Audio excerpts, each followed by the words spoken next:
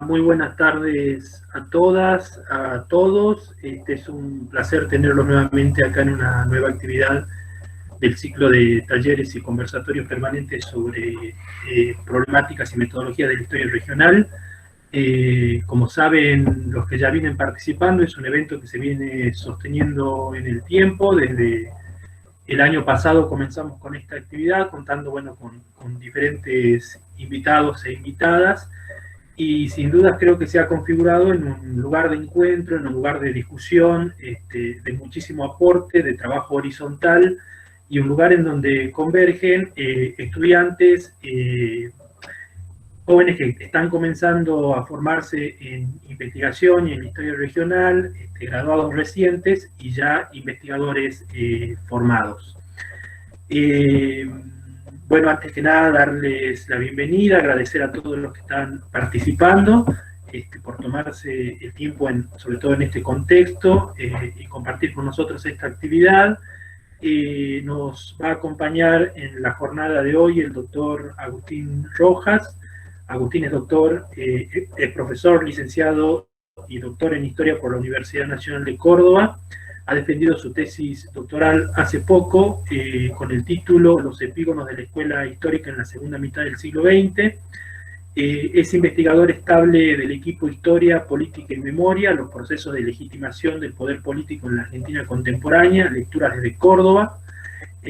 Ha publicado artículos especializados y capítulos de libros sobre la temática en un arco problemático que incluye desde los usos del pasado, las concepciones en torno al federalismo y el caudillismo, las historias de la tensión entre la nación y las provincias en la historia de la historiografía.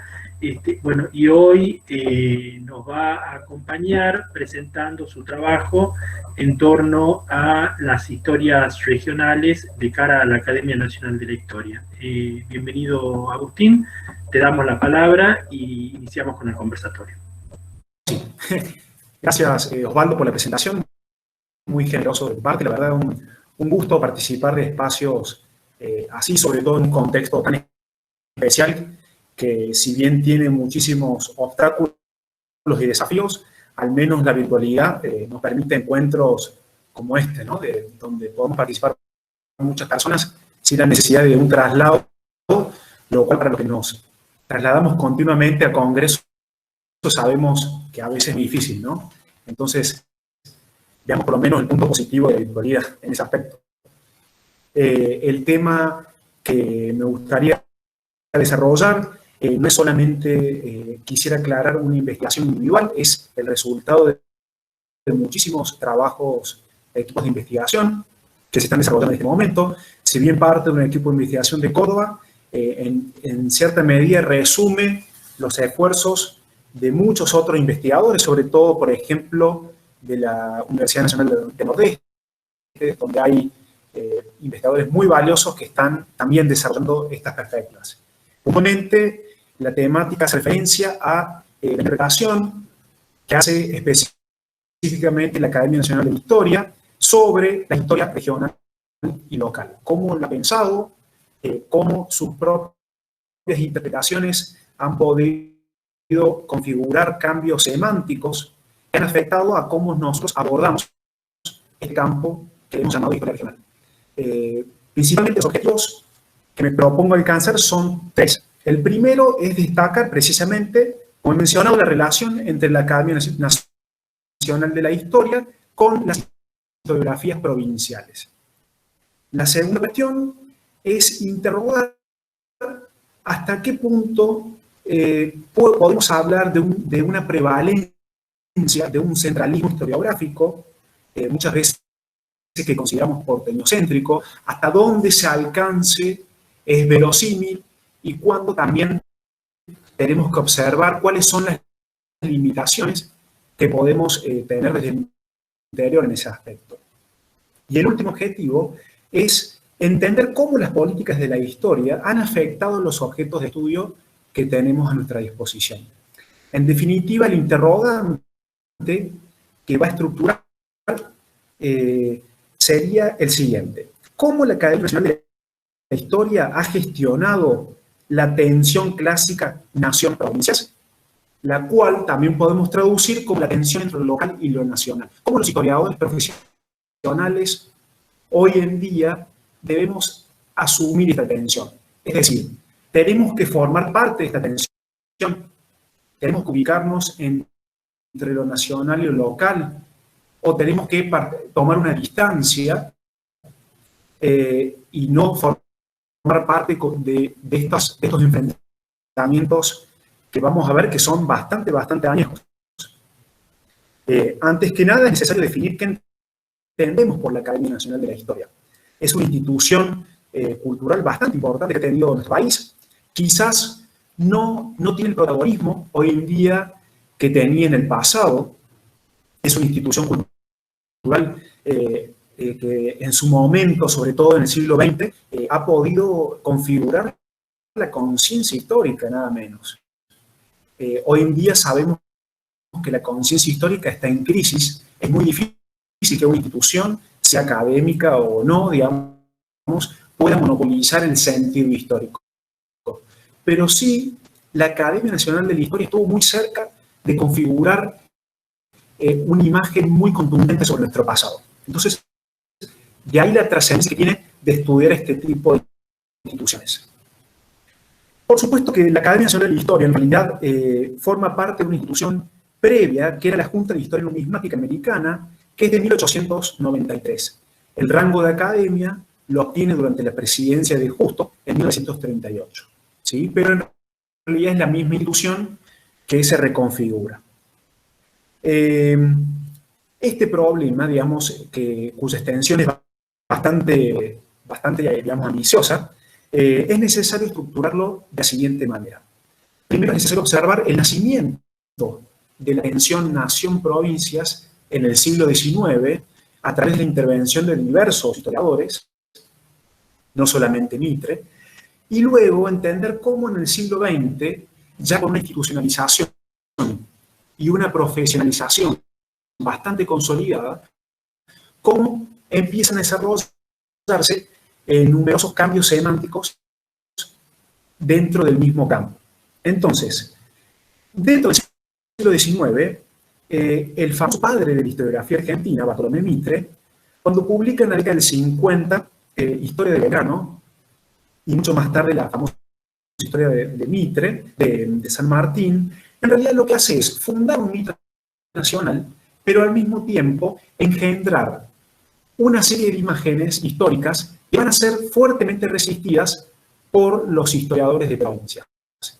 Podemos dar cuenta de que en el siglo XIX no solamente Mitre puede distinguirse como el único historiador de Argentina en ese momento. Hay un problema bastante complejo que tiene nuestro país, a diferencia, por ejemplo, de países europeos, donde primero se puede esclarecer la nación y luego el Estado. En Argentina la situación es bastante sensible, porque primero se construye el Estado nacional, y luego se construye la nación.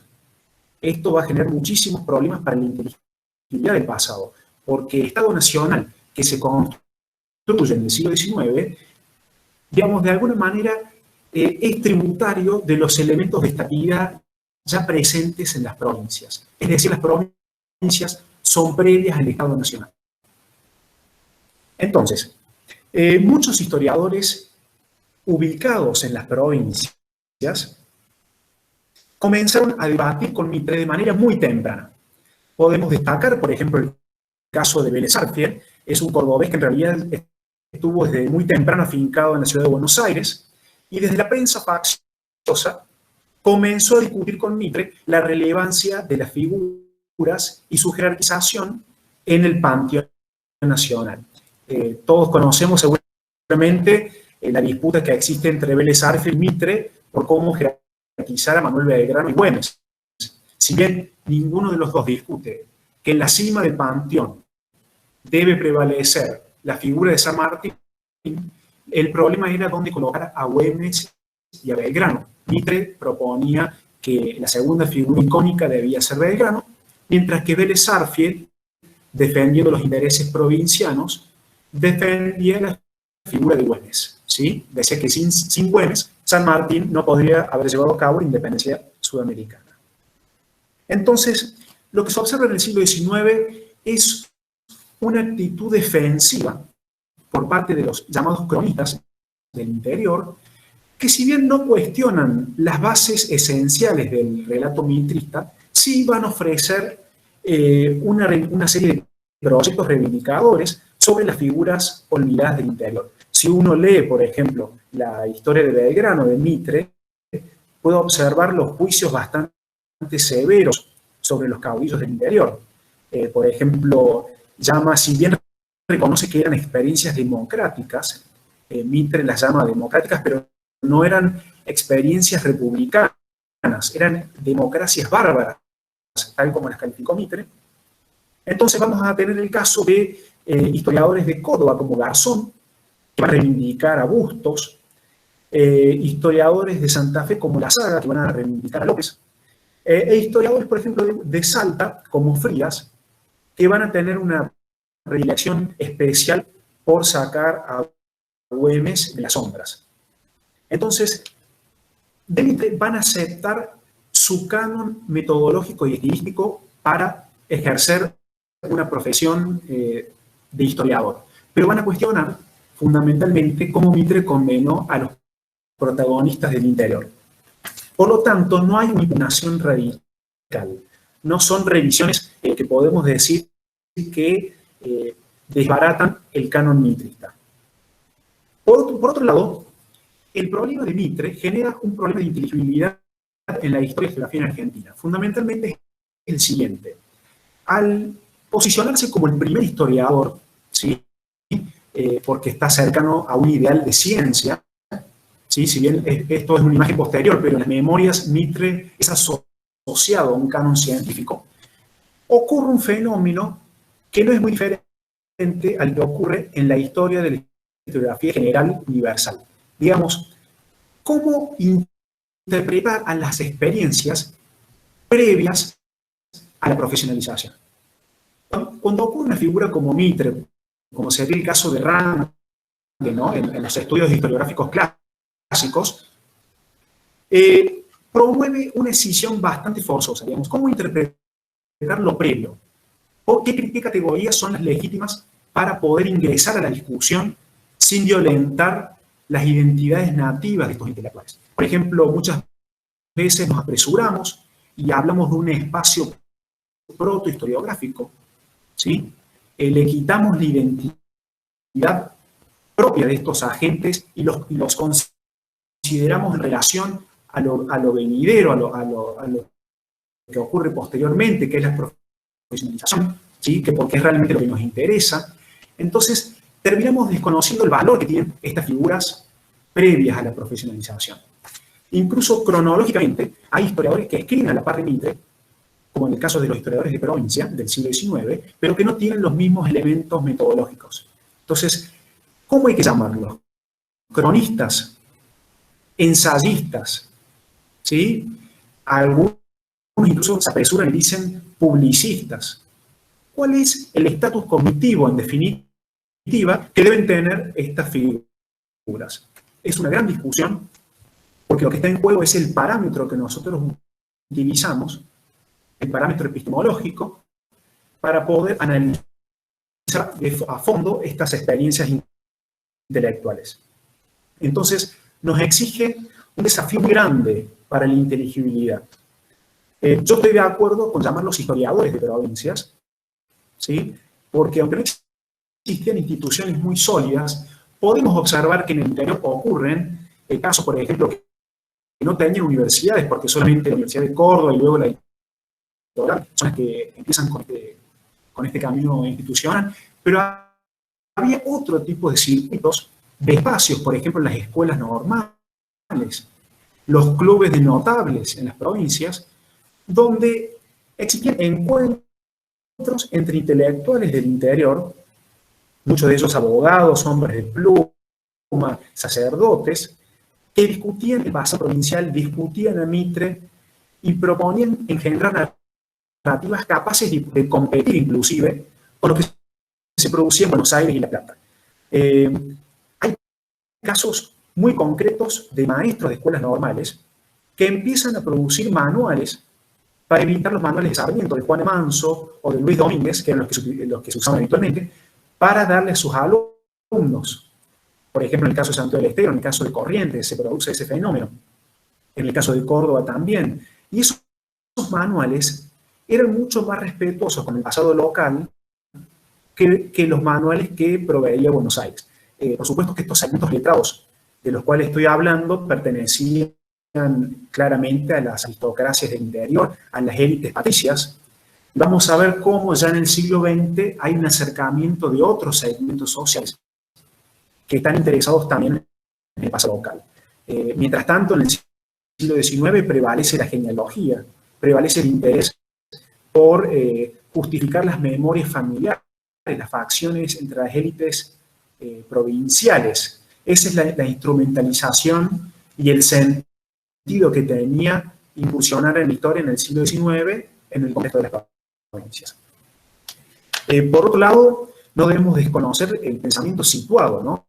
Como los historiadores no podemos reducirnos o aislarnos, mejor dicho, de los contextos en los cuales nosotros enunciamos nuestros discursos. Claramente, los historiadores del interior, sus narrativas, al tener que justificarlas, inevitablemente ejercen una comparación con Buenos Aires, con lo que se produce en Buenos Aires y La Plata, y deben justificar su relevancia. Y ahí hay una gran discusión, que es la que perdura incluso hasta el día de hoy. ¿Cuál es la legitimidad de lo local y cuál es la legitimidad que provee lo nacional? Entonces, habíamos dicho que en el interior contamos con historiadores de provincias en el siglo XIX, y por lo tanto, estos fenómenos que están ocurriendo nos deben llevar a cuestionar qué entendemos por la profesionalización y la institucionalización de la historia argentina. Tradicionalmente, sabemos que si uno menciona cualquiera de estas dos palabras, inmediatamente nos remitimos a la famosa nueva escuela histórica, ¿no? La famosa nueva escuela histórica sintetiza de alguna manera lo que son los esfuerzos de profesionalización e institucionalización de la ciencia histórica en Argentina. Se suele situar este fenómeno en las universidades de La Plata y Buenos Aires, puesto que ahí ocurren las primeras cátedras de historia, ¿sí? Ahí la historia como disciplina se puede formalizar y cristalizar nítidamente, a diferencia del interior. De todas maneras, estos elencos representados, por ejemplo, por figuras emblemáticas como Rómulo Carbia, Torre Revelo, Emilio Ravignani, tenían vínculos muy interesantes con estos historiadores de provincias. Basta resaltar, por ejemplo, las misiones intelectuales de Ravignani al interior. Ravignani en numerosas oportunidades viajó a Córdoba a revisar los archivos, viajó a Tucumán, viajó a Corrientes, mantenía una correspondencia regular e incluso con cronistas de provincias bastante poco dialogables con las figuras de Buenos Aires. Por ejemplo, el caso de un historiador de Córdoba, revisionista, como lo era Francisco Silva.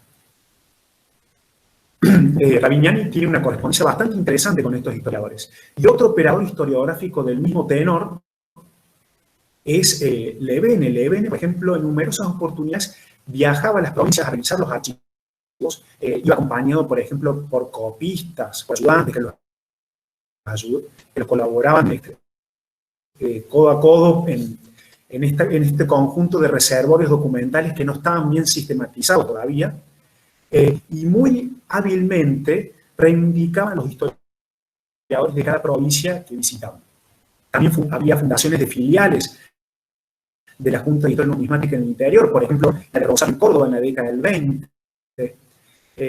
Y ya durante la presidencia de Mitre, hasta que falleció, estuvo a la Junta de Historia Numismática, aceptaba de buen agrado la presencia de historiadores del interior que incluso se consideraban antimitristas, como el caso mencionado de Silva.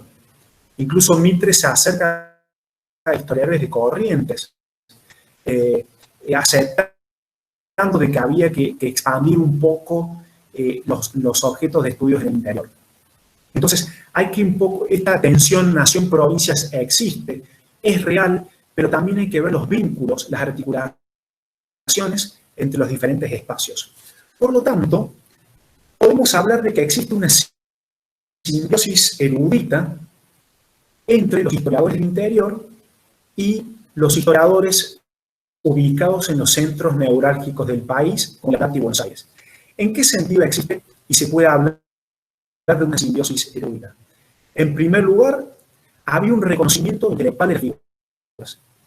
Había una circulación de publicaciones, de textos.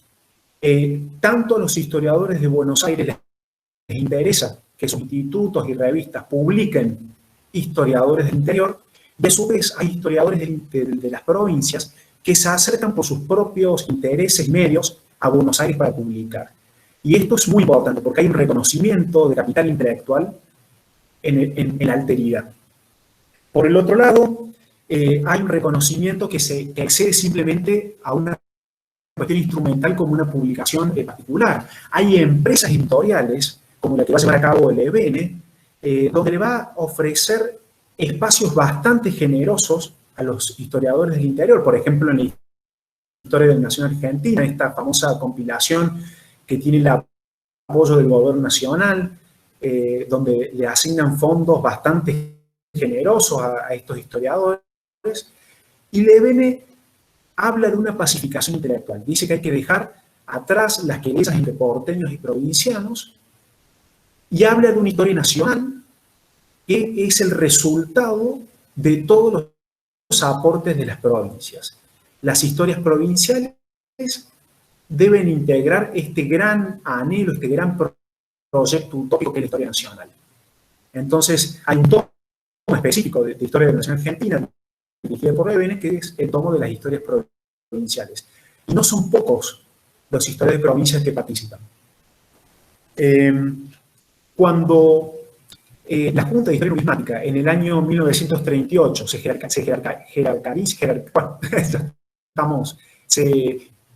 asume un estatus cognitivo ya institucional superior como academia, gracias al apoyo de Justo en la década del 30, en 1938, la academia tiene un especial interés por mantener muchos miembros correspondientes en las provincias.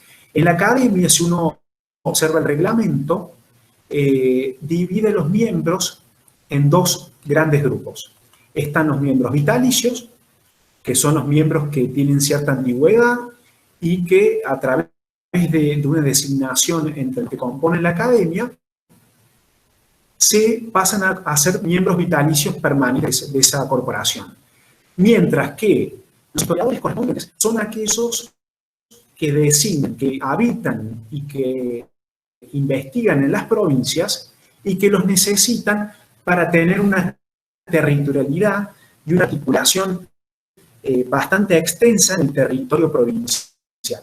Entonces, podemos ver cómo entre las décadas del 50 y las décadas del 90 hay una expansión entre los miembros de la Academia Nacional de Historia bastante interesante en esta institución en incorporar y reclutar a historiadores del interior. Podemos ver que hay una prevalencia de historiadores de Córdoba, de Santa Fe, de la provincia de Buenos Aires y de Mendoza sobre otros espacios. Claramente hay muchísimos historiadores en estos territorios que he mencionado, y estos historiadores van a disputar dentro de la academia el lugar y la jerarquización que le había dado la historia nacional a las llamadas crónicas regionales. Recordemos que Rómulo Carbia, que hizo el primer intento de elaborar un canon historiográfico en Argentina, él había jerarquizado las diferentes narrativas de los historiadores. ¿Y qué lugar le asignaba a los historiadores de provincias? Los llamaba cronistas, decían que eran historias fragmentarias, que no lograban ser historias propiamente nacionales, como las de Domínguez y la de Mitre, pero sí reivindicaba dos. Reivindicaba el cordobés Fragueiro y reivindicaba dedicaba al santafesino Cervera. Eran dos que decía que sí habían logrado acercarse a la historia nacional. Entonces, vemos que la tensión seguía latente. Los historiadores del interior ya empezaban a vincularse, empezaban a cristalizar proyectos mancomunados que estudiaran la historia local, por ejemplo, la creación de congresos de historia de los pueblos. Esto se llevó a cabo en Buenos Aires, pero también en Cuyo. En Cuyo hay dos congresos importantes en la década del 30 y 40 sobre historia local. Podemos ver también en Salta que hay iniciativas parecidas. Esto va a tener un impulso mucho mayor, sobre todo a partir de la década del 40, del 50, y luego en Tacchini, cuando haya mayores universidades en el interior. Cuando se expande la infraestructura universitaria en las provincias, sobre todo gracias al plan Tacchini de la década del 70 y del 80, se puede observar que hay un crecimiento de cátedras, de institutos, y por lo tanto hay mayor disponibilidad y recursos humanos para investigar la historia local. Por ejemplo, las escuelas normales de Tandil y de Catamarca se transforman en universidades en la década del 70 y hay mayores recursos asignados para estudiar historia. Sobre todo hay un proceso de regionalización que existe en Argentina entre la década del 40 y el 90, donde los territorios provinciales comienzan a ser incluidos en ejidos regionales. Por supuesto que esto va a tener un impacto en las categorías que utilizan los historiadores. Antes hablaba de historia de los pueblos, para hacer referencia a la historia local. Vemos, por ejemplo, los congresos de historia de los pueblos de Buenos Aires, que llevaba adelante los profesores de la Universidad Nacional de La Plata, o la historia de los pueblos de Cuyo, llevada a cabo por la Universidad Nacional de Cuyo. Pero lo que existe ahora es un intento de hacer una historia regional. Y en esto la Academia Nacional de la Historia tiene un papel fundamental, porque comenzó a discutir en términos teóricos cómo transformar en conceptos operativos y útiles para los historiadores estos procesos de regionalización anteriores. Entonces, por ejemplo, en el simposio de 1966, que llevó a cabo la Fundación Nuestra Historia, tenemos el caso de algunas ponencias de historiadores de la academia, como la del profesor Carlos Segretti, un profesor de historia de Buenos Aires, instalado en Córdoba durante la Revolución Libertadora.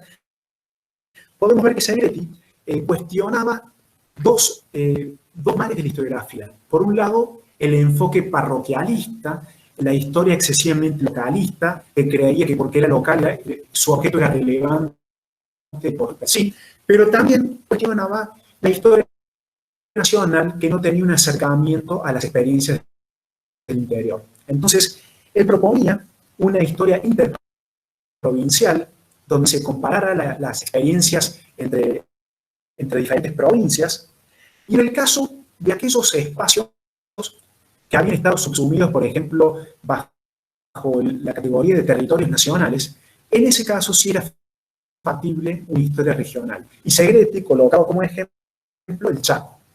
En ese mismo simposio, que repito, de 1966, había participado, por ejemplo, Ernesto Meder y Armando Bazán. Estos tres historiadores habían estudiado en el profesorado Joaquín Medo González durante el peronismo. Se había egresado básicamente durante la Revolución Libertadora o durante el segundo gobierno del Perón. Y cuando las universidades, durante la proscripción del peronismo, son abiertas a intelectuales antiperonistas, muchos de estos historiadores van a recibir cátedras. Incluso muy jóvenes. Por ejemplo, Segretti tenía menos de 30 años y ya era nada menos que titular de Historia Argentina 1 y 2 en la Universidad Nacional de Córdoba. El caso de Meder también recibió muchas titularidades de cátedras en la recién creada Universidad Nacional del Nordeste, en Resistencia. En el caso de Bazán, es un profesor que va a ser reclutado por el profesorado de Catamarca, todavía no era una universidad. Y también va a dar Historia Argentina 1 y 2. Lo interesante de estas tres figuras es cómo se van a apropiar de la historia regional como categoría de análisis. Podemos ver cómo comienzan a articularse con otros historiadores de la Academia Nacional de la Historia, pero también de las juntas provinciales. Vemos que las juntas provinciales y la academia comparten a miembros en sus dos elencos que son similares. También hay una institución que se crea durante la década del 60, que es la Junta de Historia Eclesiástica, que también recluta muchas de estas figuras. También podemos ver que en la Universidad Nacional de Cuyo contamos con historiadores muy importantes abocados a la historia regional. Por ejemplo, Santo Martínez, Acevedo, Comandante Ruiz, que ya de forma muy temprana, Mendoza yo creo que en eso es vanguardista en la historia regional, porque ya en la década del 40 ya existía un departamento de historia regional, por ejemplo, ¿sí? que estaba a cargo de Santo Martínez, y ya tenía un abordaje bastante interesante. Por supuesto que la historia regional no tenía un solo enfoque. Es muy necesario advertir esto. Convivían dentro de este mismo campo, por ejemplo, cronistas provinciales, una historia tradicional bastante rancia, bastante arcaica, con enfoques biográficos, pero en la década del 60 es advertible una proyección por la historia económico-social. Todavía no es la historia social que hoy nosotros reconocemos. La historia económica social estaba todavía bajo la matriz humanista, no tenía un corpus teórico sólido. Por ejemplo, Cucorese en La Plata, los historiadores mendocinos que se han mencionado, pero también se suma Meder. Meder va a ser un historiador profesional, como ya he dicho, en la UNE, desde Resistencia, va a lograr profesionalizar de forma muy precoz el Nordeste, generando muchísimas camadas de historiadores con prácticas muy cercanas a la historia económico-social. Por supuesto que la historia institucional tradicionalista no es abandonada del todo, sigue estando latente, sigue vigente en la forma de estructurar cronológicamente los procesos estudiados. Por lo tanto, podemos ver también que el enfoque genético de la vieja historia estaba muy presente en la historia regional, ¿sí? y sobre todo en la historia institucional. Sí podemos ver que los discípulos de estas figuras mencionadas van a modernizar sus prácticas. Por ejemplo, la discípula de Horacio Cucorese, un famoso historiador platense, Noemí Girvard de Blacha, va a incursionar en la historia regional agraria, sobre todo de la pampa húmeda, y lo va a hacer de un enfoque moderno, un enfoque que conjuga la historia institucional con la historia de la económica. Sobre todo va a estudiar las políticas agrarias. En el caso de Meder, por ejemplo, va a crear un instituto de investigaciones geohistóricas en el año 79, primero lo hacen Corrientes, luego se trata de Resistencia, donde el enfoque interdisciplinario es bastante frecuente. La historia regional se va a posicionar básicamente en este proyecto, en esta misión. Una interdisciplinariedad, pero con fronteras bastante inexorables. Si bien habilita el diálogo con la geografía, con la arqueología, con enfoques, por ejemplo, que tienen que ver con lo agrícola, algunas ingenierías. La cuestión antropológica todavía es bastante poco desarrollada, se puede observar. La historia demográfica que es realizada es bastante descriptivista, ¿sí? No hay una teoría social que acompañe esto, entonces vemos que todavía hay una continuidad de la vieja historia, ¿no? Describir las fuentes, pero no aplicar en la interpretación un corpus teórico moderno, ¿sí? Porque el corpus teórico era asimilado por muchos de estos historiadores muy conservadores, y resalto esto, eran muy conservadores. Muchos de estos historiadores eran hispanistas, eran católicos de derecha, no todos, pero sí gran parte. Digamos, era asimilado el corpus teórico a ideología. Decía que si un historiador iba a las fuentes con preconceptos teóricos, iba a deformar la verdad. Entonces, podemos ver, por ejemplo, que Santos Martínez, Meder y Horacio Corese, que hacían historia económica, esa historia económica hoy en día no es estudiada, es una historia económica olvidada, porque le faltan muchísimos elementos. De todas maneras, un caso excepcional es Meder, cuyo trabajo sobre la historia económica de Corrientes va a recibir elogios del propio Alperindongui, por ejemplo. Alperindongui va a reconocer, mientras estaba viviendo en Estados Unidos, ya no estaba en Argentina desde el Onganiato, va a decir que durante la dictadura militar, una de los pocos oasis del interior, durante el proceso, había sido el Instituto de Investigaciones Geohistóricas, y resalta el trabajo de Meder en este aspecto.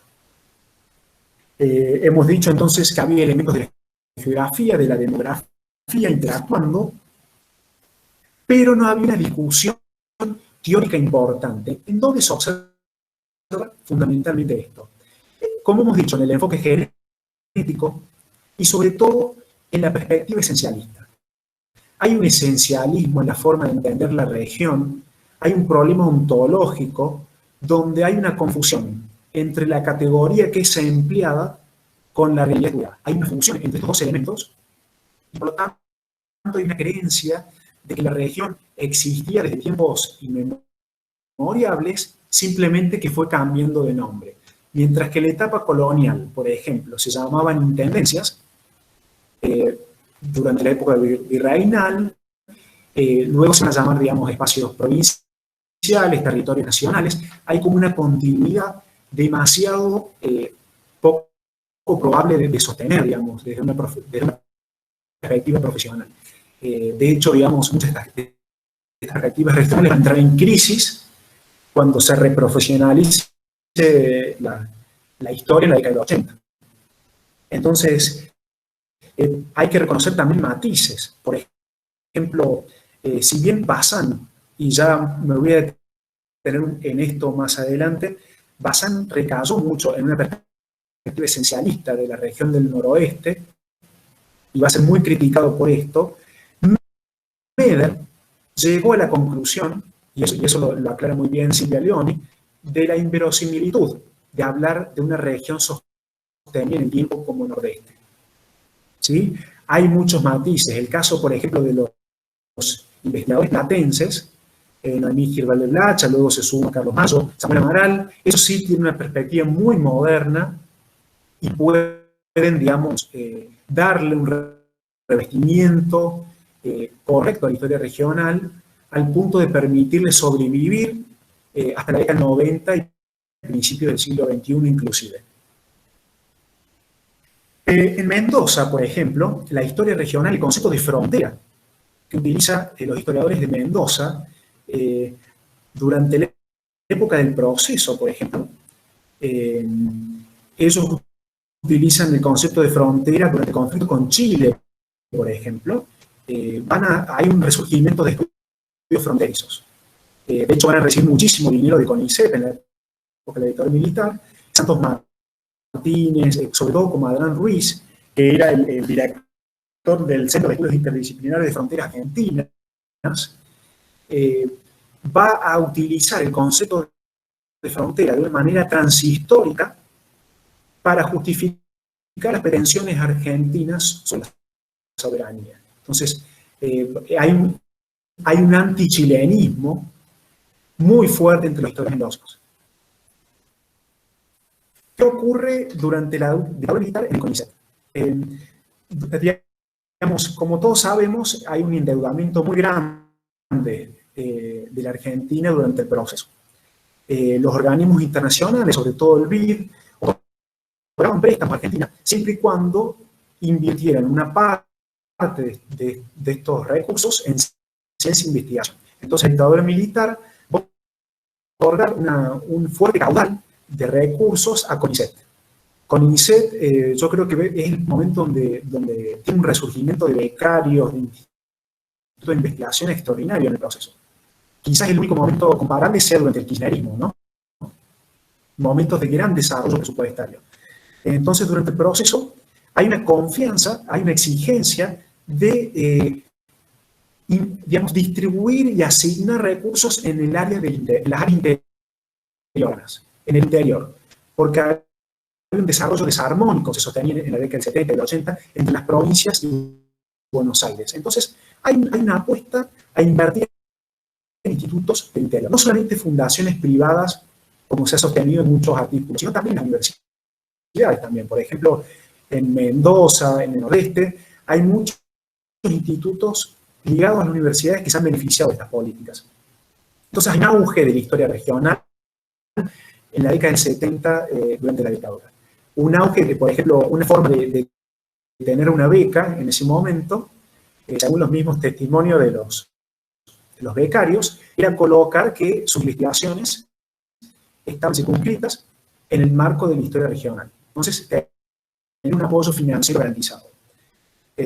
Por supuesto que hay múltiples realidades. Tenemos producciones de alta calidad, como la que he mencionado de Meder, de los historiadores platenses, y una historiografía más, si quiere, cuestionable, por ejemplo, la de Bazán y la de los historiadores mendocinos.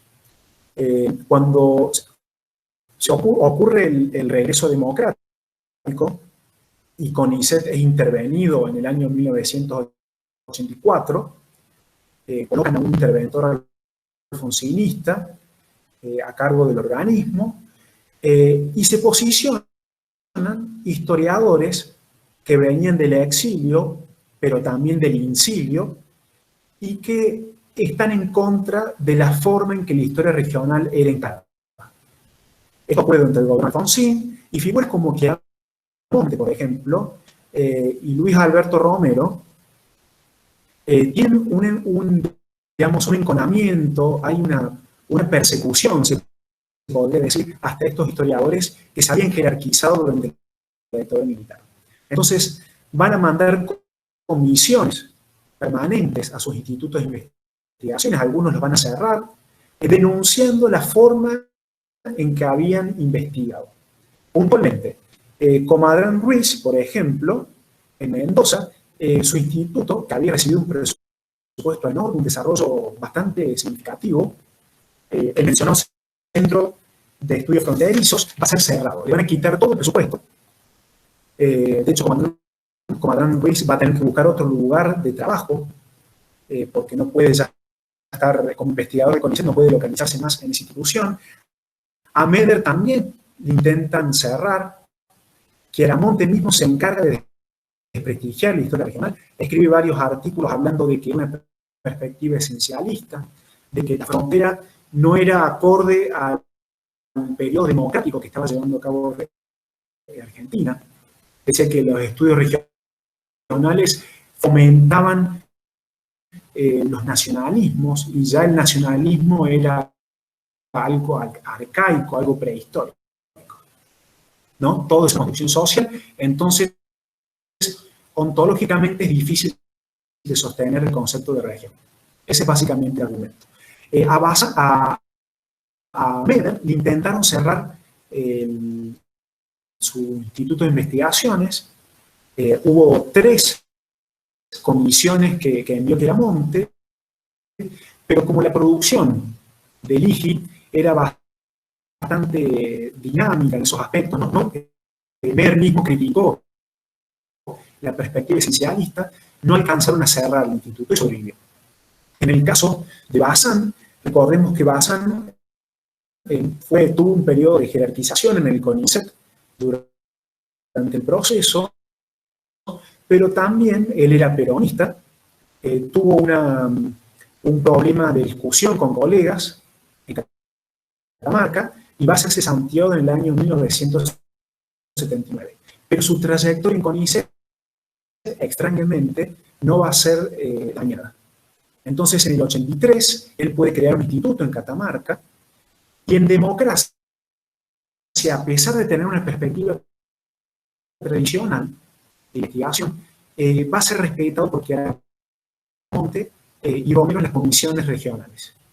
Ahora, durante el alfonsinismo, va a entrar en muchísimas discusiones con Romero y Chiaramonte, al punto de que va a renunciar en el año 88 como miembro de las comisiones regionales del interior de CONICET. Va a tener un enfrentamiento muy grande, Bazán, porque él no estaba de acuerdo con definir la historia social en la línea de análisis. Recordemos que Bazán era más una escuela más tradicionalista. Él estaba de acuerdo con seguir siendo un heredero, un epígono de la nueva escuela histórica. Él tiene un discurso, el discurso de renuncia de Bazán a las comisiones de CONICET, critica duramente a Waldo Ansaldi, critica duramente a Chiaramonte y también a Romero, diciendo que había persecuciones, que había mala fe en la forma en que revisaban sus informes académicos, y de esa forma él no le interesaba seguir en CONICET. Sin embargo, con el cambio de gobierno, al triunfar el menemismo en el 89, por su posición peronista, Bazán es retomado en el CONICET, es jerarquizado y es designado como director del área de ciencias sociales de CONICET. ¿Sí? En esa época, el directorio de CONICET era designado directamente por el Poder Ejecutivo. ¿Sí? A diferencia de las elecciones que ocurren a partir del 99, donde los investigadores eligen quiénes van a ser sus preferencias. Entonces, Bazán, elegido por Menem en la década del 90, va a atraer a todas estas figuras marginadas por Romero, Ansaldi y Chiaramonte. Van a volver a CONICET. Entonces, se vuelve a estimular los estudios tradicionalistas de historia regional. Por supuesto que había perspectivas ya modernas, como la que mencioné, de Givar Lacha, una discípula también de Carlos Segretti, por ejemplo, que mencionaba en un comienzo, Beatriz Moya de Alba, tiene un enfoque muy similar al de Givar de Lacha en cuanto a la conjunción de factores institucionales y económicos para observar la historia regional, sobre todo de las políticas agrarias. Digamos, entonces, hay una recuperación de la historia regional en la década del 90, pero tiene que ser llevada a cabo desde una perspectiva moderna. Entonces, la perspectiva del comercio interregional, la perspectiva, digamos, de la historia cultural y demográfica, va a ser la forma de la vía regia para que sobreviva este campo de estudios en los 90. Givar de Lacha, recordemos que en el año 99 va a ser elegida como representante del área de ciencias sociales en el directorio, y el resultado de esta elección era la oposición que existía en la década del 90 entre los historiadores de las provincias y los historiadores de Buenos Aires. Había una puja por recursos, entonces elegir a una historiadora que investigaba temáticas localistas de las provincias es una forma de defender este campo de investigación. Entonces, digamos, como conclusión podemos pensar que la historia regional es producto de las políticas de la historia de la Argentina. El campo científico no es ajeno a las transformaciones del campo político, ¿sí? Las discusiones, las tensiones dentro del poder político tuvieron un impacto y tienen hoy en día en las políticas científicas, en los objetos de investigación, ¿sí? En las temáticas que se financian y las que no se financian. Entonces, es importante tener en cuenta esto de cuál es el lugar para otorgar la historia regional dentro de este campo tan poco autónomo, ¿no? Porque no hay una autonomía de la cultura frente a la política. Y por último, me gustaría plantear ciertas interrogantes, disparadores, para el momento del conversatorio. Por ejemplo, he pensado las siguientes. ¿Cómo se trabaja la historia regional evitando los riesgos que se cometían en el pasado, como las posturas esencialistas? ¿Cómo trasladar la historia regional a una perspectiva moderna, que no sea simplemente un recurso que tenga un aval institucional, sino que tenga un sentido operativo teórico a la altura de las circunstancias? Y otra, es posible, y esto es una pregunta que se planteó Reinhard Koselleck cuando estudia la historia de los conceptos. ¿Es posible usar un concepto histórico que atraviese todos los contextos? ¿Cuál es el beneficio, cuál es la ganancia, pero también cuál es la pérdida de emplear una categoría conceptual del presente para investigar el pasado? ¿Cuáles son los desafíos que representa esa operación? Entonces, me gustaría bueno, que sea como un disparado simplemente. Así que daría un cierre a la presentación. Bien, Agustín, muchísimas gracias por la exposición. No sé si les pasa a todos, pero yo tengo un mínimo de diferencia entre la imagen y el sonido, así que y me parece que habías terminado de exponer y nosotros seguíamos escuchándote. Súper interesante la exposición. A la gente de Historia Regional de Salta realmente nos viene de maravillas porque realmente venís a complejizar todo un proceso de producción en el que nosotros encontrábamos siempre un área de vacancia porque no había escritos con que cubrir eso, ¿no? Principalmente trabajábamos en torno a la figura de Bazán, pero a Bazán lo terminábamos viendo casi de una manera aislada porque no podíamos establecer algunos vínculos con otros intelectuales entre comillas, en ese momento, ¿no? Hay algunas cuestiones que a mí me parecieron centrales de la exposición y que, bueno, yo ayer estuve presentando algo de esto en la clase que estuvimos trabajando el tema, y me parece que es súper productivo esto que vos planteás de poder entender no en términos tan binarios la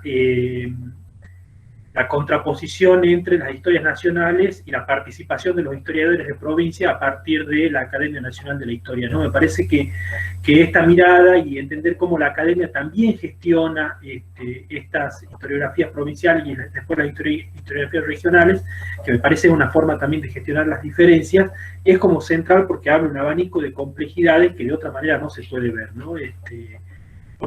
Digo, en esta disputa entre lo porteño céntrico y lo localista, digamos, me parece que el trabajo está marcando ahí una vía de entrada que es bastante interesante.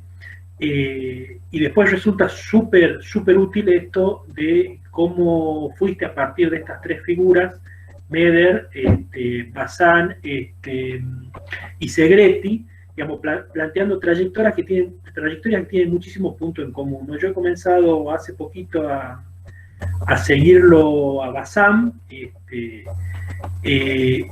es interesante. Bazán en la década del 50 ya está planteando un concepto de historia regional que lo hace a partir de publicaciones que no son publicaciones estrictamente académicas, sino que son revistas culturales, con sede en Catamarca. Bazán tiene un cargo de secretario de Cultura en algún momento en Catamarca, y a partir de ahí está con un grupo de colegas, y gente de las letras y gente de arte, nucleado en torno a lo que él define como la generación del 50, un poco más adelante después, y están planteando un concepto de regionalismo constructivo, ¿sí? Que implica una idea, esta cosa que vos planteabas del fuerte esencialismo que está atravesando el concepto de región de Bazán, pero que implica poner en función el conocimiento que están produciendo sobre la región en función del progreso de Catamarca, ¿no? Me parece a mí no es inocente que en la conferencia de ingreso, como miembro correspondiente por Catamarca, Bazán presente una conferencia sobre la historia contemporánea de Catamarca, ¿no? O sea, ahí hay una opción de no irse para atrás, sino de presentar esto de la historia contemporánea en la medida que también puede ir mostrando cuáles son las dificultades que tiene Catamarca para insertarse en una línea de progreso, ¿no? Y de ahí me parece que esa idea del regionalismo constructivo está de la mano con esta posibilidad, ¿no? Bueno, me parece esto, ¿no? Es nada más que un comentario, me parece súper interesante lo que has planteado, y después ver cómo estos actores se mueven por diferentes espacios. Vuelvo al caso de Bazán, que es por ahí el que yo más conozco. La Acción Católica, él es miembro de la Acción Católica, es delegado de la Acción Católica. En Catamarca hay otra institución, aparte de los que están vinculados a la Junta de Estudios de Historias Eclesiásticas en las provincias, y que es el seminario regional. En ese seminario regional hay una serie de intelectuales pertenecientes a la Iglesia que están produciendo sobre historia regional también, ¿no? Entonces, esa vía en la política, en la cultura, y en la Iglesia me parece que lo impulsa a avanzar, es como un trampolín que le permite ubicarse en diferentes espacios, ¿no? Me parece bien importante. Y después pensaba, no sé si esto ya en términos de pregunta, si pudiste rastrear cuáles son los antecedentes sobre los que se asientan en estudios previos, ¿no? En el caso de Bazán hay un remitirse continuo a la figura de Bernardo Canal Feijó, ¿sí? Es más, cuando es un joven intelectual todavía en Catamarca, participa de una visita que hace Canal Feijó y en donde presenta esta idea de región vinculada a esta idea de región mediterránea, ¿no? De Santiago del Estero, y después se reconoce el heredero en los propios escritos, ¿no? Dice, Canal Feijó está diciendo esto, yo lo entiendo de esta manera. No sé si en los otros casos pudiste encontrar antecedentes similares o no están remitiendo a las figuras no sé, pienso en Ricardo Roja, Canal Feijó, Orestes Diluyo, que son como figuras puntuales de Santiago del Estero al que está remitiendo Bazán, ¿no? No sé si sucede lo mismo en el caso de Meder y en el caso de Segretti. Sí, hay en la década del 50, 60, hasta los 90, hay ramificaciones de tradiciones historiográficas. Podemos ver cómo hay intelectuales, como por ejemplo Albrindongui, Chiaramonte, que buscan sus referentes fuera del país, ¿sí? Sobre todo en la historia social francesa. Y figuras de la academia buscan afiliarse a tradiciones locales. Por ejemplo, Meder es un continuador, si se puede decir, de Rómulo Gallo, de esta historiografía católica que busca los antecedentes de la nación en la etapa colonial. Y son muchísimos los historiadores que están dentro de esta corriente. En cambio, Segretti es una tradición más liberal, por ejemplo, que comparte con otros historiadores de la academia, por ejemplo, con Barba, que es liberal y políticamente muy cercana a la Unión Cívica Radical.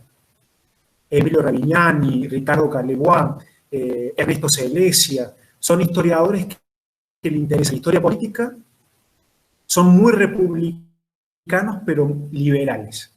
En cambio, Bazán, Meder son republicanos conservadores a mi modo de entender.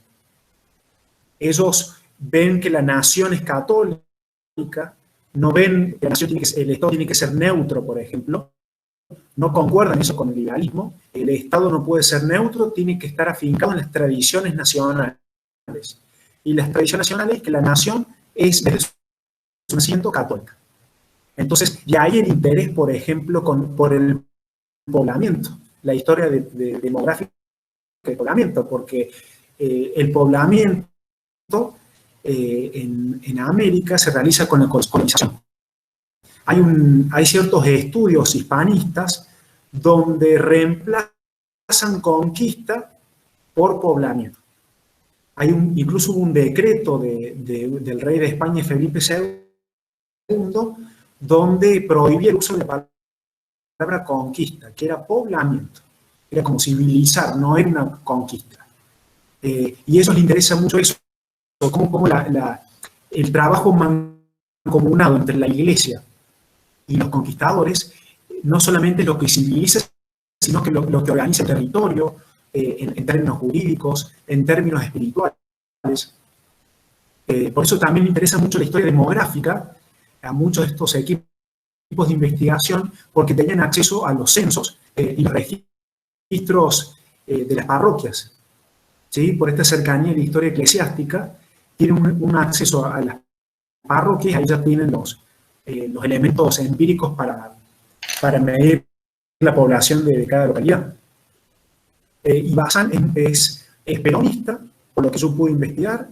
Él, de hecho, fue interventor de la Universidad Nacional de Catamarca durante el gobierno de Campo. Él, desde el 73, era un peronista de derecha, podría decirse, ¿sí? Tuvo una relevancia, si bien en Catamarca eran muy pocas familias peronistas en ese ambiente, entonces pudo posicionarse de forma aislada, como independientemente de su inclinación ideológica, y eso le jugó en contra cuando fue el proceso. No fue cesanteado en el 76, sino por una disputa con colegas en el año 79. Pero sin embargo, por ejemplo, el CONICET no fue expulsado. Y él tiene no sé si pudiste leer el último libro, que yo lo tomé como fuente, sobre Manuel Esquiú, y tiene un libro sobre la historia de Catamarca, donde habla, por ejemplo, critica la Revolución de Mayo. Es un pensamiento muy parecido al de las juntas de historia provinciales, donde la historia critica mucho la historia nacional e identifica la historia nacional con atropellos capitalinos. Así él lo menciona, ¿no? Por ejemplo, la Revolución de Mayo fue una imposición de Buenos Aires sobre las provincias. En Córdoba podemos ver estas interpretaciones en los miembros de la Junta de Historia Provincial. Hay un parecido muy evidente. Acá estoy viendo que Liliana Gustavo también pregunta.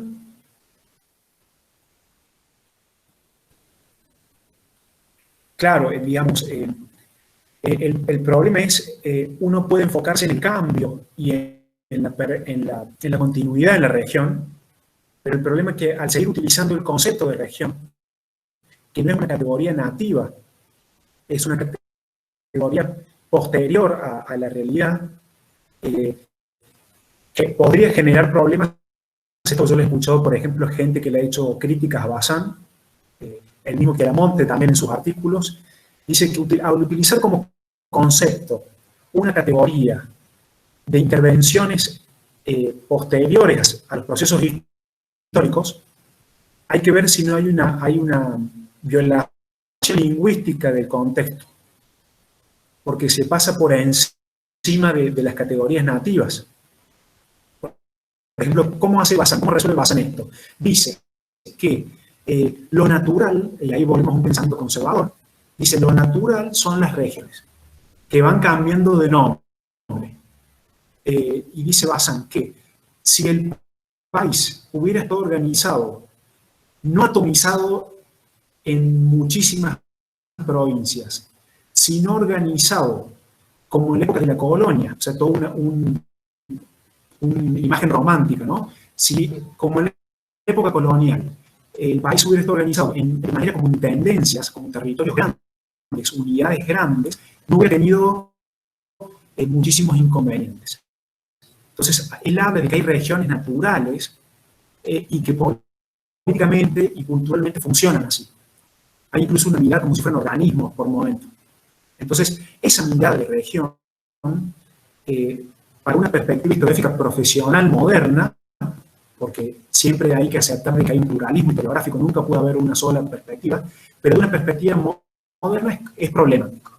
Y si uno lo ve desde la construcción, por supuesto que ahí se admite que hay una construcción, pero el problema es al utilizarlo como categoría conceptual, también genera complejidades. Por lo menos yo no soy especialista en historia regional, simplemente desde la historiografía puedo ver que los conceptos hay que tener mucho cuidado también en cómo uno los emplea.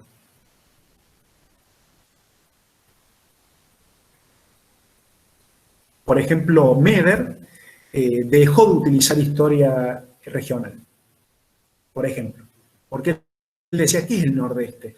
El Nordeste es insubstancial, es un diseño artificial creado después de 1955.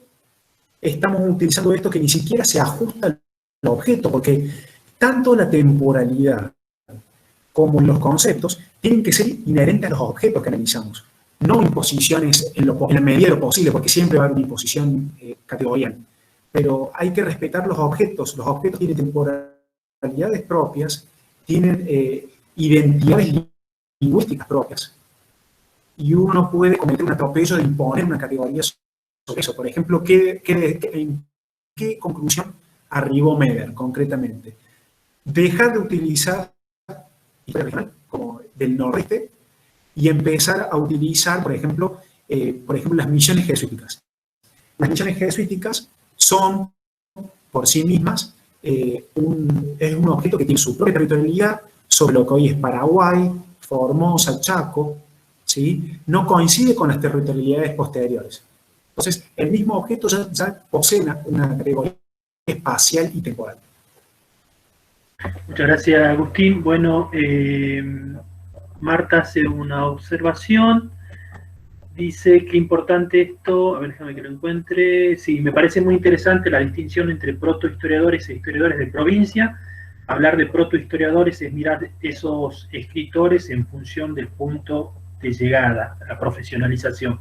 Sí, bueno, esto de poner en discusión los conceptos de dónde miramos y no quitarle identidad, ¿no? Digamos, ¿qué son estos historiadores? Porque se reconocen como historiadores. Entonces, ¿desde dónde los miramos y cómo hacemos para mirar la producción sin valorarla desde la lógica del presente, ¿no? Sí. Pregunta Javier Núñez si pudiste ver vínculos de la academia con Formosa. Formosa, al ser territorio nacional durante muchísimo tiempo, digamos, los que principalmente se encargaron de historizar esta región fue Meder y su equipo. Hay un trabajo incluso de Meder sobre Formosa, incluso durante la creación del IGI en Resistencia, digamos, hubo muchas inclinaciones a estudiar a Formosa, pero no como provincia. Justamente, ahí está la famosa discusión, digamos, es cuál es la entidad para otorgarle a Formosa, pero incluso también como región. Si Formosa, por ejemplo, la realidad de sus objetos corresponden más a la historia de Paraguay, por ejemplo, ¿sí? O a la historia de los pueblos originarios. Ya de decir que forma parte de una región, ¿hasta qué punto, cuál es el alcance de nuestro horizonte de inteligibilidad para abordar eso? Son preguntas que no son mías, sino del propio Meder. Meder hablaba de los pueblos originarios, por ejemplo. Si bien él era muy conservador, era una persona que admitía a los pueblos originarios dentro de la nación, por ejemplo, ¿sí? Y él, por ejemplo, decía que los pueblos originarios tenían sus propias territorialidades. Entonces, él por eso tiene mucho trabajo sobre Paraguay e incluso el sur de Brasil. Por ejemplo, el IGI alcanzó a estudiar el sur de Brasil porque los vínculos comerciales vinculaban Corrientes con el sur de Brasil. Entonces, tenía que derrumbar todas las territorialidades posteriores.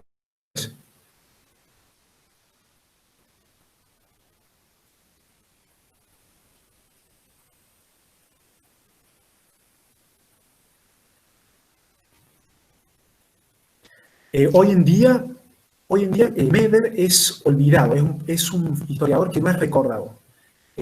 Su protagonismo en la dictadura militar, él fue ministro de Educación de Chaco durante el proceso, su conservadurismo anuló posteriormente cualquier inclinación a leer su obra.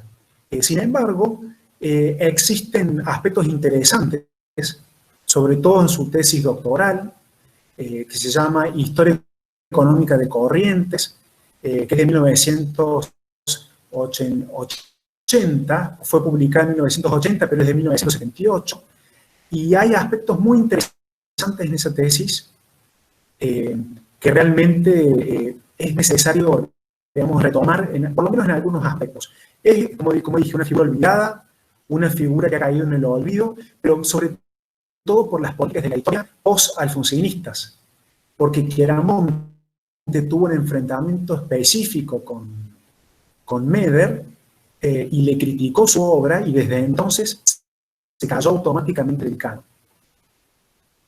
Ahí estoy viendo que María Mercedes Quiñones quiere hablar.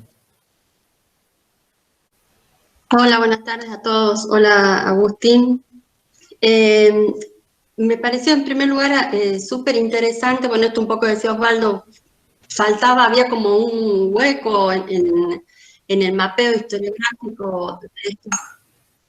Y decía, bueno, qué interesante, digamos, poder completar este mapeo de historiadores en este momento historiográfico de los años centrales, ¿no?, del siglo XX, pero además cómo en esta reconstrucción de trayectorias que vos hacés, mostrás además una enorme diversidad, ¿no? Porque, bueno, estamos como, donde no hay investigación hay como preconceptos, entonces vos estás mostrando, me pareció muy interesante esta idea de que hay conservadores católicos, y que eso implica, claro, toda una matriz teórica, digamos, desde la cual pensar la nación, la región, y obviamente los vínculos o las tensiones entre lo local y lo nacional. Y, por otro lado, los liberales, que decías como Segretti, ¿no? Me pareció eso sumamente interesante, poder complejizar y poder volver a pensar esta idea de que, bueno, que no es solo tensión, ¿no?, sino que hay múltiples vínculos, hay a veces en los que unos están más cercanos, están disputando al interior de la academia lugares, mientras otros son más periféricos. Entonces me parece que ese dinamismo, que por ahí se ha estudiado más para fines del 19, se ha estudiado mucho esto de los intelectuales de provincia, cómo circulan, y poco para esta etapa, ¿no? Y después esto último que decías me resultaba sumamente interesante, cómo el lugar que ocupan está también, bueno, tensionado por las propias reglas del campo. O sea, no solo es nación y provincia, sino quienes están en la renovación historiográfica y cómo también están habilitando o negando voces por su participación en el periodo militar, por su posición historiográfica o por lo que sea.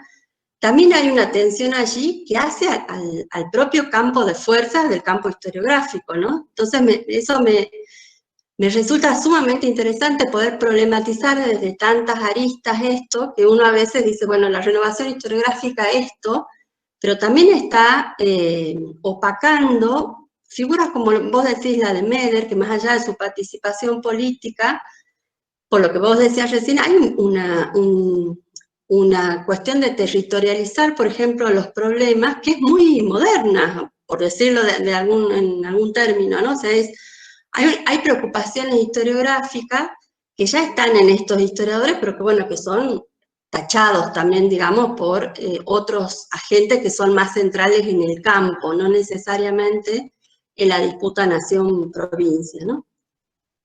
Ahora sí. Gracias, Mercedes. Es como vos decís, hay que hacer matices, hay que tener criterio, porque hay agentes conservadores que pueden tener algún tipo de valor en su producción, así como los hay historiadores que son progresistas, que han tenido un protagonismo interesante después de Alfonsín, y sin embargo hoy no son centro de nuestro interés, ¿sí? No forman parte, y uno de ellos ya lo he mencionado, digamos, anteriormente, que escribe en el diario La Nación. ¿Cuál es el interés de su obra? Y sin embargo tuvo un protagonismo institucional formidable. Me refiero a Luis Alberto Romero. Y también hay que ver de no confiar del todo en los criterios de selección de un autor al construir su corpus. Por ejemplo, Piamonte, generalmente, y esto es interesante me parece, actualmente él tuvo una puja muy grande con la academia. Entonces, invisibilizó la historia económica social que lleva a cabo por Meder, por ejemplo. De hecho, él estudió Corrientes y prácticamente no lo cita Meder, y le hace críticas muy severas. Y también con el sector de historia política de la academia. Y, por ejemplo, en la Academia Nacional de la Historia, la distinción entre federalismo y confederacionismo, que nosotros en la facultad por lo menos nos enseñan que es obra de Chiaramonte, en realidad son discusiones que existían previamente en la academia y que sin embargo en los libros de texto actualmente se enseña que es una iluminación de Chiaramonte. Y es un error. O sea, incluso los logros de los historiadores previos a 1983, que tuvieron un protagonismo importante, no son rescatados porque el canon siempre invisibiliza.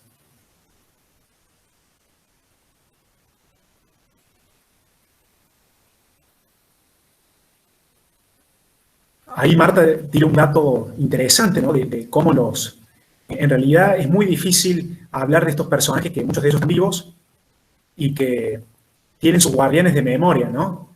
Tienen sus guardianes de memoria y es muy difícil, digamos, ir con buena fe incluso, ir con buena fe porque uno no va para justificar un bando o el otro, sino ir, incluso cuando uno va con buena predisposición, se encuentra con muchísimas resistencias. Concretamente, en mi caso, me ocurrió con Meder. Con Meder tuve muchos problemas con el sector que intentaba defenderlo como una especie de iluminado, de mesías del noroeste. Bueno, no siempre hay buenas predisposiciones. Sí, pensaba en lo último que acabas de decir, Agustín, y esto del olvido, ¿no? en que han caído estos historiadores, pero pensar, digamos, dónde se produce ese olvido, ¿no? Porque en el caso de Bazán, nosotros, bueno, estuvimos, no sé si vos estuviste en el último Interescuelas en Catamarca, y el instituto en el que se encontraba, en el que trabajaba Bazán, pasaba justo en ese momento bajo la órbita de la Facultad de Humanidades. Entonces se hizo todo un acto de inauguración, de reinauguración del instituto, que pasa con la biblioteca, con el archivo de Bazán a la facultad, y realmente ese olvido que se produce a nivel nacional y todos los cuestionamientos que se hacen a nivel nacional, parecería ser que en ciertos espacios catamarqueños, no quiero generalizar, digamos, pero me parece que en Catamarca sigue teniendo una presencia súper importante, ¿no? Interesante el acto en sí, ¿no? Una suerte de canonización historiográfica, con un video donde termina como una suerte de ascenso al cielo subido en un sillón que ocupaba en el instituto, ¿no? Una cuestión iconográfica ahí muy, muy fuerte, bien interesante, digamos, pero la presencia de Bazán es fuertísima todavía, por lo menos en Catamarca, ¿no? Sí, Osvaldo, no estuve yo en ese encuentro, pero me comentaron mis colegas de la cátedra, mis compañeros, y acordaron lo que vos estás comentando, ¿sí? Son figuras icónicas. Lo que pasa es que con ellos comienza la profesionalización en esos lugares. Entonces, es el mito de origen, y uno puede cuestionarle cualquier cosa, pero no eso. No puede ir contra eso. Entonces, bueno, lo institucional es institucional. No sé si alguien más quiere hacer otra pregunta. Agustín, me pareció interesante, decía esto para que no nos quedemos sin tiempo de discutirlo, me planteaste unas preguntas al final de tu exposición que me parece que abren la discusión hacia un terreno bien interesante, y una en particular que es qué hacer con la historia regional hoy, digamos, para que en el uso del concepto de región no caiga en un esencialismo, ¿no? O cómo encontrar en el concepto de región, metodológicamente hablando, un horizonte que nos permita problematizar y no repetir estos encorsetamientos territoriales en que muchas veces la historia regional termina cayendo, ¿no? Nosotros desde la publicación de Eric Van Jan sabemos que la historia regional no es la historia de la región como tal, sino que la región es una hipótesis a demostrar, es un punto de llegada y no necesariamente un punto de partida, ¿no? O que por lo menos en el proceso de investigación se tiene que complejizar de tal manera para que la región sea el resultado de la espacialización de las relaciones sociales de los sujetos que estamos observando. Eso sucede a veces, pero a veces no sucede en la historia regional, ¿no? Digamos, también sigo pensando en esto bien interesante, cómo has marcado como dos grupos, ¿no? Uno con Girard Blacha, que se comienza como a desprender de esta mirada más tradicionalista, y el grupo de Bazán, Meder, Segretti, ¿no? Bueno, pero esa historia regional que comienza a desprenderse y mostrarse de forma más profesionalizada, más moderna, con un concepto más renovado, también en alguna medida termina siendo una bolsa de gatos, ¿no? Hay de todo en la historia regional. Basta con retomar, no sé, las publicaciones, las compilaciones, los libros que son compilaciones, y en el título dicen historia regional, y cuando ingresas son estudios de casos muy localizados, digamos, donde no hay una circulación o un rastreo de los sujetos que te permita plantear ese estudio en términos de historia regional, ¿no? Sin embargo, me parece que no perder de vista ese horizonte explicativo que tiene el concepto, así como lo planteaba Van Jan, que lo plantea para las relaciones económicas, ¿no? Dice, la mejor definición de historia regional que conozco es la espacialización de una relación económica. Si nosotros desplazamos el concepto, corremos el concepto, ampliamos el concepto a otras formas de relación, termina siendo útil. Pero bueno, es cierto que se puede hacer en algunos casos, y hay casos para lo que esta forma de trabajo parecería ser que no es la más práctica o la más conveniente, ¿no? Sin embargo, bueno, a ver, resumo, me parece que el potencial todavía en el concepto de región y en una propuesta de historia regional, que como dice Sandra Fernández, no es temática, sino que es analítica, es problemática, es metodológica, tiene que ver con la relación que se entabla entre la posibilidad de establecer un concepto de región en donde el punto fuerte es el juego de variación de las escalas, ¿sí? Como propuesta analítica. No sé cuál es tu opinión con esto. Evidentemente, Osvaldo, hay una perspectiva más moderna y una perspectiva más tradicionalista, si se puede decir, con respecto a los usos conceptuales de la historia regional. Lo que sí es muy complejo. O sea, el desafío del historiador es la representación. Ese es el desafío teórico del historiador. El campo del lenguaje para representar la realidad. Y realmente, o sea, una representación necesita conceptos, necesita una constelación de categorías. ¿Y qué lenguaje utilizar? ¿Cómo observar el cambio? Y es el desafío permanente. Nunca vamos a encontrar un concepto y un cuerpo teórico que nos permita resolver todo este desafío. Entonces siempre va a haber una tensión entre sujeto y objeto, siempre va a haber entre contexto y sujeto, por ejemplo, que es la típica paradoja de la historia, ¿no? ¿Cómo explicar eso en sociedades pasadas? Y en el caso de la historia regional, para mí la forma moderna, es, como he dicho antes, digamos, es igual es respetar la temporalidad y las características de los objetos, que son los objetos, más allá de que sean construcciones, pero uno se remite a cuestiones tangibles, ¿no? De lo que nos estamos describiendo, de forma indirecta al menos, que tienen una temporalidad propia y una territorialidad propia. Entonces, si uno respeta eso y no lo lleva a una cuestión relativista, porque si lo llevamos a una cuestión relativista, se destruye cualquier parámetro para ubicar eso y compararlo con otros fenómenos.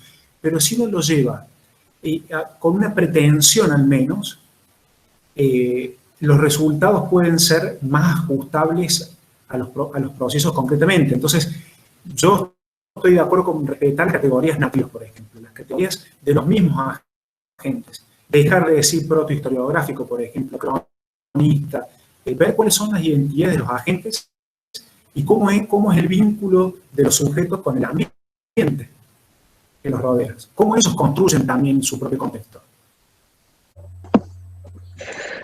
Pensaba que para la historia de Córdoba solo se habla de historia regional cuando se investiga la época colonial, por ejemplo, ¿no?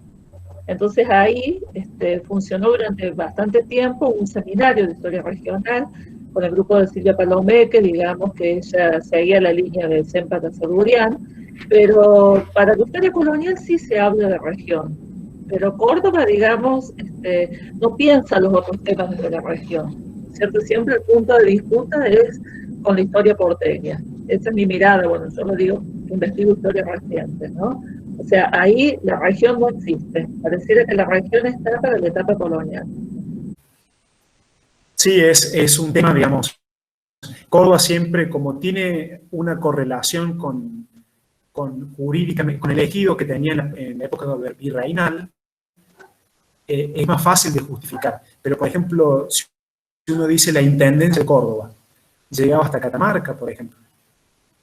Entonces, si uno ve la territorialidad de Córdoba en la época virreinal, no sería la misma que procede posteriormente.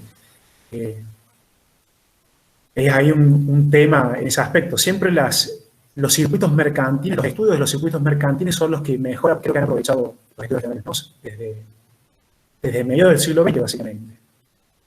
Como decía Marta, el caso del equipo de Azadurian es uno de los ejemplos más logrados.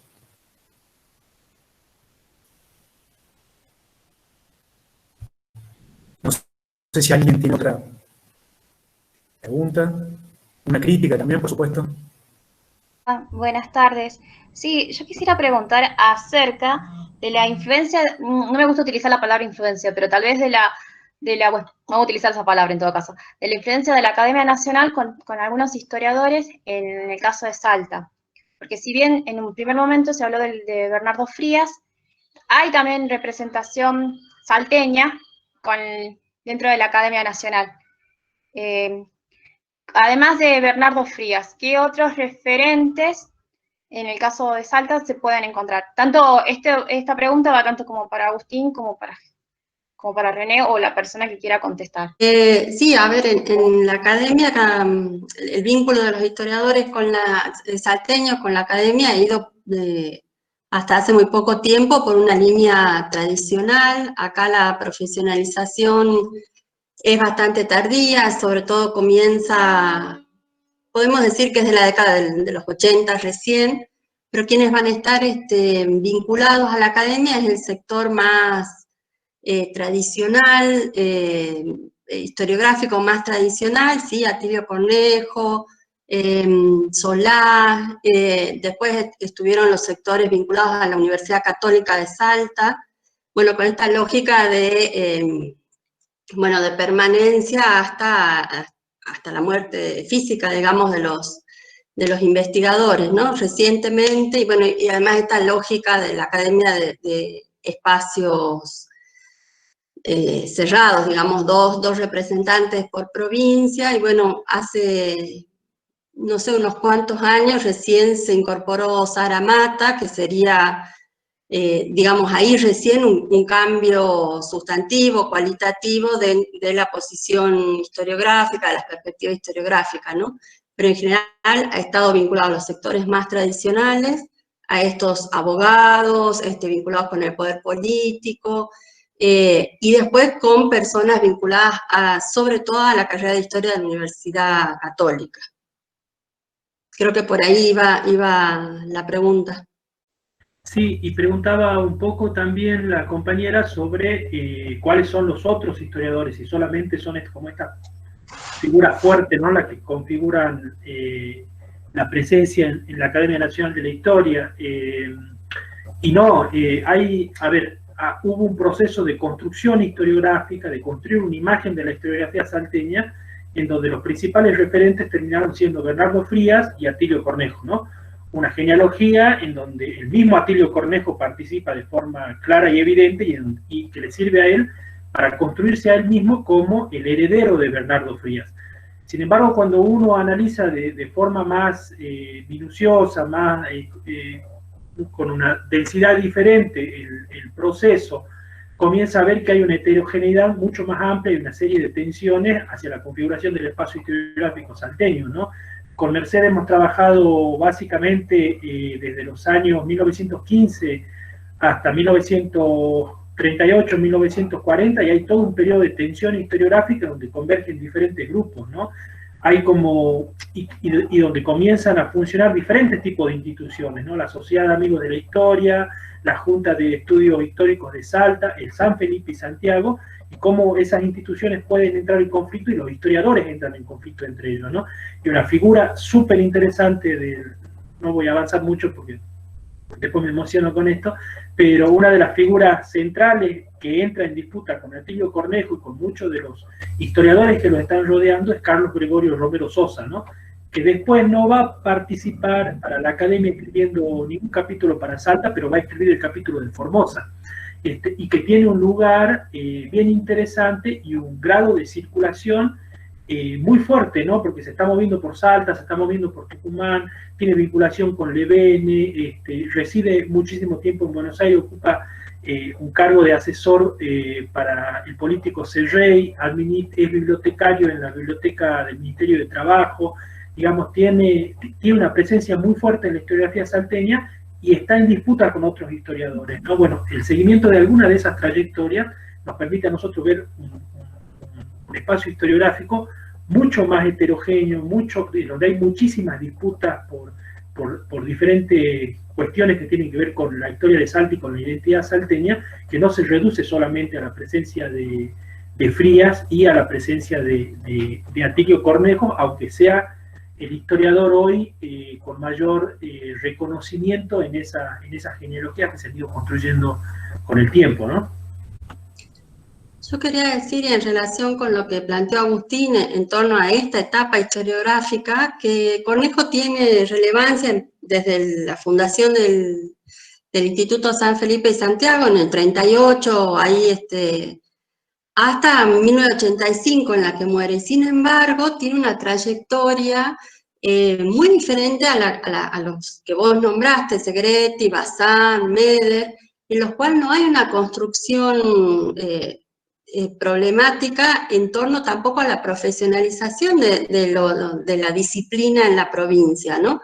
Es realmente digamos, un momento historiográfico en el que vos estabas planteando, bueno, cómo hay estas tensiones con la nación, esta circulación, digamos, y sin embargo, Cornejo es una figura que se construye a sí mismo, digamos, como el parangón único de la provincia de Salta, y en esa práctica puede ser conservadora, que pueden ser católicas, similar a otras trayectorias, no logra tampoco disputar un espacio de crecimiento del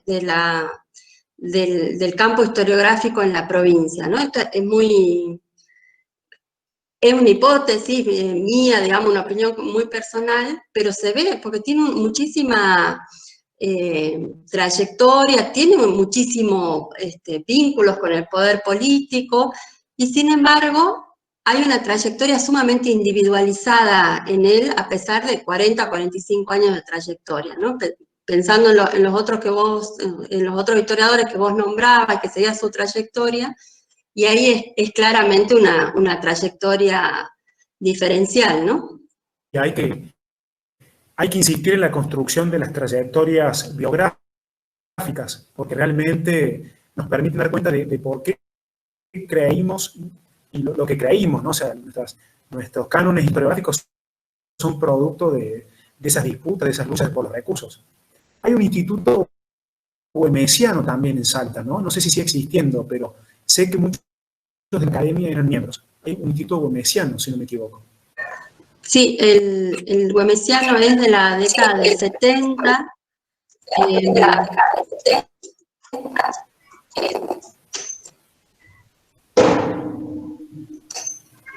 Creo yo, en esta idea de reforzamiento justamente de lo güemesiano, el Instituto San Felipe de Santiago tenía como intereses más amplios, no tan amplios, pero bueno, mucha historia colonial, de la fundación, y en cambio el Instituto Güemesiano, en una lógica también menos profesionalizante que las otras, porque había muchos integrantes del güemesiano, sin que esto esté demasiado estudiado, pero que venían no del campo académico, vamos a decir, o no del campo de la discusión historiográfica, sino del campo de la adhesión a esta idea del héroe gaucho, de la proyección nacional de Güemes.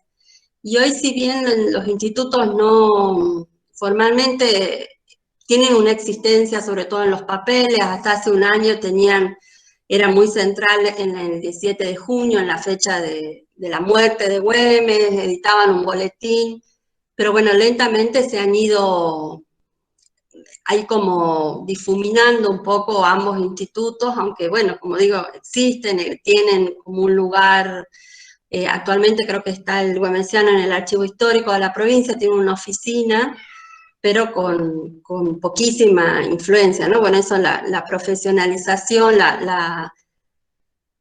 el núcleo, digamos, historiográfico de la Universidad Nacional de Salta también ha marcado, ¿no?, un poco la discusión y la trayectoria de esos institutos, ¿no?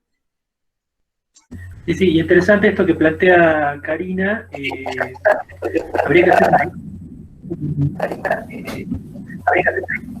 Habría que hacer un rastreo de cuánto se sigue usando en el ámbito secundario, ¿no? Nosotros desde hace un tiempo tenemos parte de la currícula secundaria la materia historia regional. Y cuando se instaló la materia se convocó a la universidad para que asesore en los contenidos que se tenían que trabajar. Curiosamente después la provincia terminó tomando la fundamentación muy realizada en términos problemáticos que eleva la carrera de historia, pero después en la delimitación de los contenidos que se abordan en el aula es una historia súper esencialista y súper tradicional, ¿no? Hoy los docentes, bueno, se dan vueltas ahí en esa tensión entre cómo trabajar esos contenidos mínimos y cómo hacer una apuesta de poder mostrar otras cosas a partir del material que tienen, ¿no? Y bueno, y algunos siguen recurriendo a Frías, siguen recurriendo a Bazán, pero bueno, me parece que pensaba ahí también que no estaría mal retomar ni a Frías ni a Bazán en la medida en que podamos problematizarlos dentro del aula, ¿no? Y hacer esto que estamos haciendo acá, o sea, poder leerlos, ver qué están diciendo, pero cómo esto se puede trabajar también en el espacio del nivel medio, ¿no? Con todas las complejidades que eso implica. De vuelta, no solo creo que también depende en la parte de la educación secundaria, sino también ya incluso también de la educación primaria.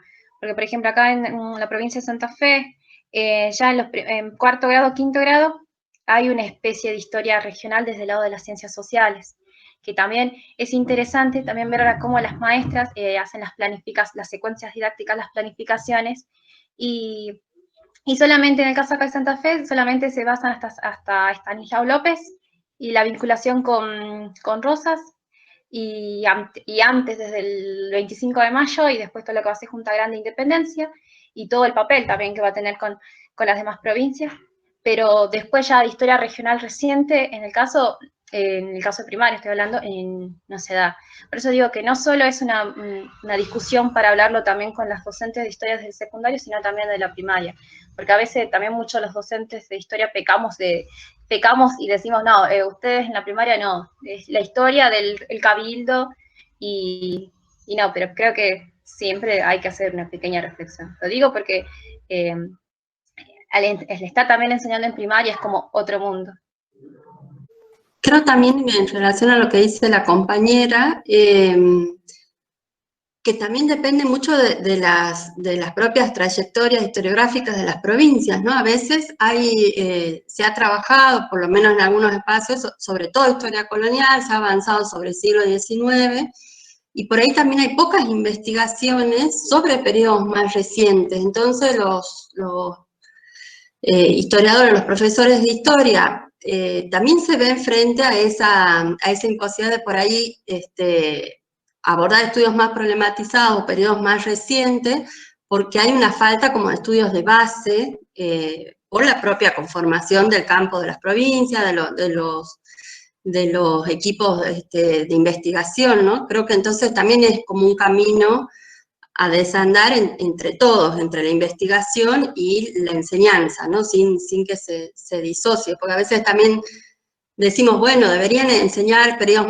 más recientes o problematizar la ciudadanía, pero bueno, si no hay investigaciones de base, también es difícil trabajar solo con fuentes o solo con, no sé, con material audiovisual. Entonces me parece que ahí hay también un nudo problemático, igual que en la historia regional, ¿no? Hay, bueno, ¿qué historia regional enseñamos también?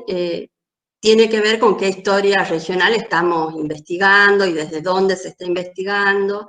Entonces, por ahí también se vuelve a Bazán porque es lo más sólido. Hay un núcleo ahí sólido, esencialista, todo lo que queramos, pero es un núcleo de conocimiento sólido. Hay una historia de la región NOA, de la cual servirse, ¿no? Para poder pensar la enseñanza. Entonces, bueno, creo que estamos en el camino de la problematización y de la complejización para poder después seguir discutiendo en las aulas. Sí, entiendo particularmente eso porque, bueno, yo doy clase en secundario y cuando uno está en la facultad dice una cosa y te vas al aula y te vuelves más mitrista que mitre. Siempre pasa eso porque es muy fácil, digamos, la vieja historia tenía una pedagogía muy, a pesar de que en los ámbitos universitarios modernos se le ha criticado mucho, tenía una pedagogía al ser muy simplificada y apostar más a las homogeneidades y categorías así sin tantas fisuras por dentro, era muy fácil de transmitir y de comunicar, ¿no? La historia heroica, las tramas rupturistas, y cuando queremos simplificar y cuando queremos mostrar una historia matizada, es pedagógicamente más ambicioso, mucho más desafiante, ¿sí? Es mucho más difícil enseñar la historia con matices que sin simplificaciones. Pero bueno, es un gran desafío. Agustín, sabemos que tenés una actividad ya encima dentro de un momento. Si te parece, podemos ir dando cierre a la actividad. Bueno, realmente estuvo súper interesante. Creo que nos dejás pensando con un montón de cuestiones para seguir trabajando. A mí, esto va a sonar egoísta, pero particularmente te agradezco porque para la materia realmente es una bocanada ahí de problemáticas nuevas para ir abordando y para mirar desde otro lado cierto material con el que trabajamos y que veíamos ya desde hace algún tiempo que necesitaba una oxigenación para poder problematizarlo en otros términos, ¿no? Y poder trabajar un determinado tipo de producción como el de Bazán, que nosotros tomamos como base, dentro de un proceso mucho más complejo y mejor contextualizado, ¿no? Que me parece que es el camino que se está siguiendo con este tipo de investigaciones, ¿no? Y bueno, nada, solamente agradecerte, y bueno, cuando las cosas mejoren, esperamos poder tenerte de visita acá en Salta, ya en la presencialidad, y que tiene otro color, pero bueno, ¿no? También valorar esto que dijiste al principio de que de adversidades también abre estas posibilidades, ¿no? No, gracias a ustedes y por supuesto que Marta y el equipo de acá de Córdoba estaremos allá. Estaremos haciendo un paseo también a comprar los famosos vinos salteños que tienen un reconocimiento meritorio, así que si eso va acompañado también de la charla, por supuesto que mayores motivaciones vamos a tener para ir a esta. Muchas gracias, Osvaldo, y la verdad que te agradezco muchísimo la generosidad y la confianza sobre todo. Así que, y también muchas gracias a todos los que participaron. Gracias a todos los que estuvieron. Gracias a todos los que estuvieron para comentarles sobre nuevas actividades que estamos realizando. Saben que el ciclo de talleres y conversatorios es un ciclo permanente hace muchos años. El ciclo de talleres y conversatorios es un ciclo. Esperamos tenerlo nuevamente en las próximas cosas que vayamos armando. Y gracias a vos, de nuevo, Agustín, a Marta y bueno, y a toda la gente que nos estuvo acompañando y comentando sobre tu trabajo. Muchísimas gracias.